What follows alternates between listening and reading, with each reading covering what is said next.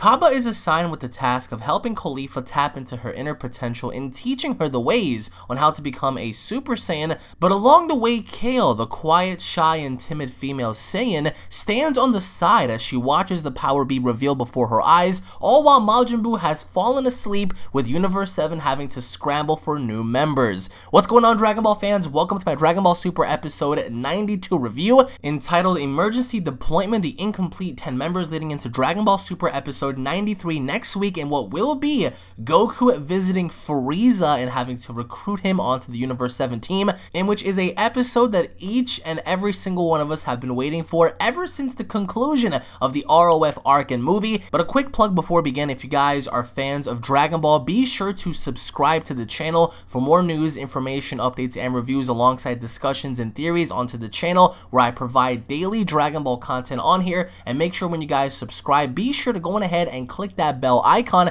to be notified whenever a video is posted onto this channel. And if you guys are not following me at Twitter, then be sure to head on over to Twitter and follow me at UnrealEntGaming to be kept up to date with all the latest in Dragon Ball news, information, and updates, as it does help out the channel greatly, and I do appreciate each and every single one of you guys for your continuous support, as it does help the channel out greatly. Dragon Ball Super episode 92 is now officially in the history books, and this has been something that we've been wanting to see now ever since Khalifa's introduction, as she does resemble Broly from the legendary Super Saiyan movies, and having to see her now become a Super Saiyan, we start the episode off exactly where we left off, with Goku having to make his way to Mr. Satan's house, and we get to the actual place where Buu is sleeping, and just as I told you guys this before, Buu has reverted back to being fat again. Now, Mr. Satan actually says that he tried several different methods on how to wake up Majin Buu, which again doesn't make any sense to me, considering the fact that we have food all around the area, we have guitars and stuff, and nothing was able to wake this guy up, which to a lot of people it could have played as a huge detriment, considering the fact that Buu could have been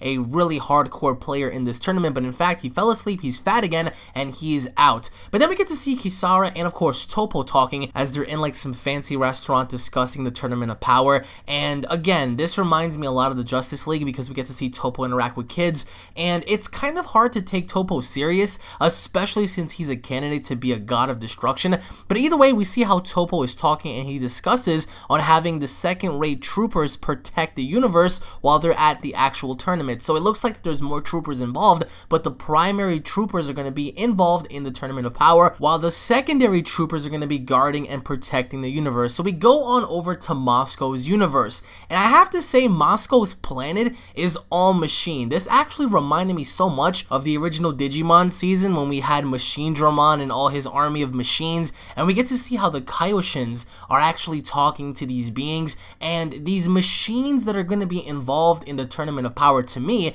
they look like a much skinnier, much more advanced version of what Vegeta is from Universe 6, so that's pretty cool to see. A lot of them are very, very unique in their own rights, and we get to see how Nigarashi, who was talking to Moscow, is actually the Dr. Gero of that universe, and we see all of these fighters having to come about, and it's actually pretty cool because it begins to pique your curiosity as to how strong these fighters actually are. But then we go back to universe number 7, and we get to see how everyone's back at Capsule Corp. They have like the whiteboard in the background, and everyone's beginning to talk, and we see how Roshi is still off quote-unquote training, which we all know he's out there doing God knows what with Puar and whatnot, but Gohan is there with Tenshinhan, Piccolo, and Krillin, and Beerus is starting to get very, very frustrated on this, which again, you have to consider, you know, where he's coming from, because he's very nervous, and the idea in finding out that Majin Buu is down for the count and he's no longer able to participate. But if I had to say the one thing that was pretty much a downer yet again in this episode was Master Roshi and Puar.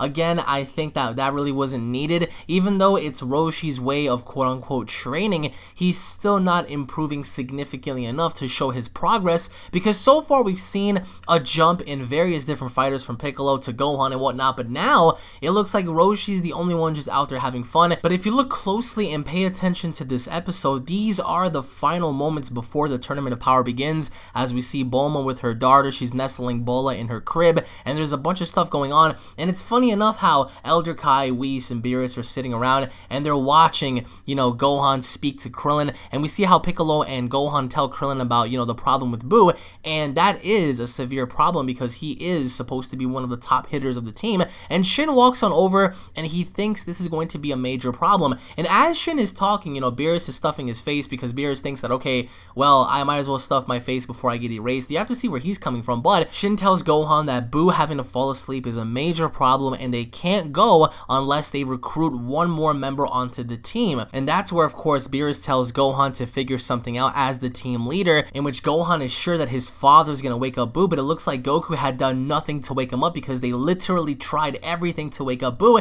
and it didn't happen. But at long last, we finally get to see Vegeta emerge from the time chamber, and once again, it looked very amazing having him stand there, having to look up at the camera. I do think that Vegeta has gained a tremendous power buff while he was in there, considering the fact that, yeah, it's only been about a few minutes, but Vegeta makes a flashy little exit out the Room of Spirit and Time, and you can only assume that with that being said, you're not really gonna need Boo when you have someone like Goku and Vegeta onto the team. But even with that, we get to pan on over to universe number 6, the moment that we've all been waiting for, and Cabba showing Khalifa how to transform into a Super Saiyan. Now what's interesting about this is we see how Cabba shows off his Super Saiyan form to Khalifa, and she's even more impressed this time in saying, show me how to do that, and she's getting very antsy, and you can tell based on her attitude that she does take up a lot of pride, and she's screaming at him, she's getting in his face, and all the while we get to see Kale in the background. She's laughing, she's smirking, and especially when Khalifa is pretty much getting aggressive with Cabba is when we get to see Kale pretty much smile and pretty much make all these faces. But Cabba's not sure how to teach her the Super Saiyan form because he learned it from Vegeta, and Khalifa's having a hard time accepting the fact that Cabba doesn't really know how to demonstrate this to Khalifa. And there's one thing I have to add on: the way she was talking to Cabba, I really enjoyed the way she was designed. Like her hair, I think her hair was spectacular in this episode. It reminded me so much of Broly from the film. It's just sad knowing the fact that Kale's gonna be the one to tap into that berserker power instead of Khalifa. But we get to see how later on Cabba begins to explain that anger is key in trying to concentrate all of her energy in her back and then having to release all that anger. And from right then and there, we get to see how for the first time all that energy is beginning to spark, and we see glimpses of the Super Saiyan aura, and then at long last she taps into Super Saiyan, which is pretty cool because a lot of us often wondered if she's going to do it. Of course she's going to do it now, but Cabba having just to teach her about anger and explain to her that having to concentrate her ki is really important here. And even though at first she was only able to do it for a small second, it was still pretty cool to see how Cabba was amazed that Khalifa got the hang of it so quickly, and then we see her tap into it again. And this whole time Kale is observing everything that's happening with Khalifa, and then at that very moment, finally, when Khalifa attempts it for a second time, she transforms into a Super Saiyan, and Cabba is impressed. And I have to say, Khalifa as a character, having to look at the way she was, colored in as a Super Saiyan and the way she looks really, really cool. Hopefully enough, we'll get to see her in the form of DLC for Xenoverse 2 or something like that. But at that point, we see how Khalifa channels all of her energy into her hand, and she shoots out like this massive red energy like beam, in which pushes back Cabba, it pushes back Kale, and this thing is huge and it's red in nature, so it looks pretty cool like the way it's designed, in which later she powers back down and she says that she thinks that she can beat Cabba up now, and Cabba having to say maybe, in which she agrees to enter the tournament finally after becoming a Super Saiyan, provided that she can also bring Kale as well. So Kale emerges from, behind the rocks, and she looks very nervous and she looks very timid. We can see, close shots of like sweat coming down her head, so we don't know if that's because she's nervous or perhaps maybe she's hiding something. But overall, in next week's episode, we're gonna get to see Kale and Khalifa undergoing having to teach Kale how to become a Super Saiyan. Now, Goku actually arrived at Capsule Corp, and that's when everyone pretty much confronted him, from Bulma to android number 18, and we see how Krillin is mad at Goku for lying about the prize money, because if you guys remember, Goku promised android number 18 prize money and having to say, okay, if you win, you're gonna get lots of money, and now he pretty much got caught red-handed, and Goku says that he's gonna pay him all out of his own pocket, and then Vegeta comes out of nowhere and saying that Chi-Chi controls the family budget, so how is Goku ever gonna, dish out money from his own pocket when Chi-Chi controls the funds? So Goku looked pretty stupid on that one, but Krillin is so mad at Goku for trying to pursue persuade these people for all the wrong reasons and competing and lying to them about this. In which what I found funny after is how Goku asks Bulma for a loan in order to, you know, pay everyone the money, and immediately Krillin isn't really mad about the money, but rather being upset that Goku lied to him about everything else. And then we see how Beerus arrives in front of Krillin's face and he threatens to kill him. We see how he pretty much holds up his hand. I thought he was gonna try to Hakai him, and Krillin was shook out of his mind because we see how Beerus pretty much threatens him in competing and saying, you know, politely asking him to enter. If not, he's gonna destroy Krillin, and Krillin agrees. So if anybody out there was wondering if 18 or Krillin were really gonna drop out, no. One of the reasons why they were gonna drop out was because Goku lied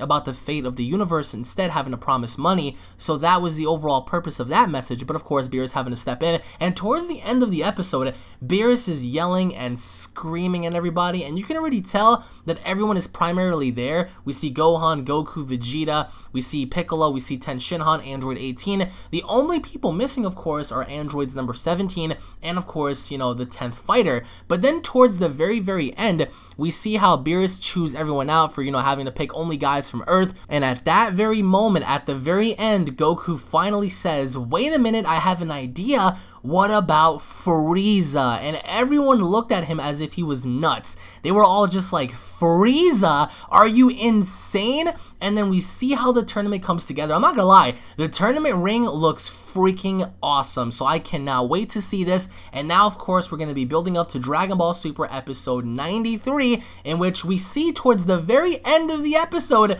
Frieza is in hell, and he is so mad. I love it personally because it reminds me so much of ROF, and it's the exact same hell as we saw in ROF. So we get to see Goku in next week's episode, go to visit him, and that's the end of that one. But post your comments down below. What did you guys think about this episode? Did you guys enjoy this episode? Did you guys dislike this episode? What are your overall thoughts on Khalifa having to become a Super Saiyan? And what are your overall thoughts on Majin Buu having to be fallen asleep and not being able to wake back up for the Tournament of Power? And what are your overall expectations on Goku having to visit Frieza and trying to recruit him onto the team? Thank you all for watching, guys. As always, if you guys are new to the channel, if you guys love Dragon Ball, be sure to subscribe for all the latest Dragon Ball news, information, updates, and reviews. If you guys enjoyed the review, be sure to go ahead and slap a like down below. Tune back in for more. Dragon Ball Super episode 93 is going to be a very special episode considering the events that followed in ROF, especially now that Goku has grown ever so more powerful than his first encounter and, of course, his second encounter with Frieza. But what are your overall expectations, guys? Thank you all for watching. Be sure to tune back in for the breakdown review,